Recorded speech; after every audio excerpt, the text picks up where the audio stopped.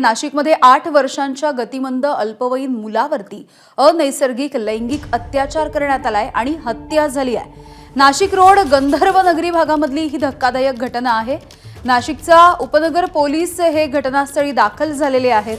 अनैसर्गिक लैंगिक अत्याचार करून इमारतीच्या 6व्या मजल्यावरून याला फेकून देण्यात आलेले आहे आणि याची हत्या झाली आहे। नव्यानं बांधकाम सुरू असलेल्या बांधकाम साइटवरची ही घटना आहे।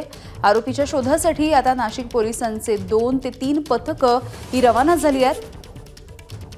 गतिमंद अल्पवयीन मुलावरती अनैसर्गिक लैंगिक अत्याचार करून हत्या झाली आहे आणि अर्थातच या घटनेमुळे आता खळबळ माजली आहे।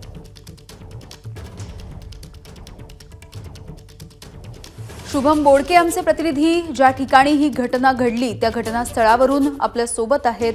शुभम, काय घडलंय नेमकं? खरं तर यामिनी ही जी घटना आहे ती अतिशय गंभीर आहे। मी ज्या ठिकाणी घटना घडली मी त्या ठिकाणी आहे। आपण जर बघतोय याच एका नव्यानं बांधकाम सुरू असलेल्या बांधकाम साईटवर ही घटना घडलेली आहे। ही घटना काल घडली होती। नेमकं या संदर्भात पोलीस तपास करत होते आणि आज अखेर या संदर्भात पोलिसांनी तपास केल्यानंतर एक गंभीर घटना समोर आली आहे। नाशिकच्या 8 वर्षाच्या गतिमंद अल्पवयीन मुलावर हा अनैसर्गिक लैंगिक अत्याचार झालाय आणि त्यानंतर त्याला 6व्या मजल्यावर याच बिल्डिंगच्या 6व्या मजल्यावरून त्याला खाली फेकून देत त्याची हत्या करण्यात आलेली आहे।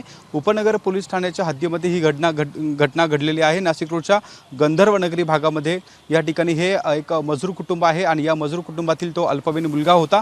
मात्र संशयितांचा पाठलाग जे आहे ते सुरू आहे। नाशिक शहर पोलिसांचे 3 पथक या संशयिताच्या मागावर असल्याची माहिती देखील आता पोलीस उपायुक्तांनी दिलेली आहे। मात्र ही घटना घडल्यानंतर संपूर्ण नाशिक शहरामध्ये या घटनेनं जे आहे ती खळबळ माजल्याचं आपल्याला पाहायला मिळतं। यामिनी अगदी शुभम, धक्कादायक अशी घटना। धन्यवाद या माहितीसाठी।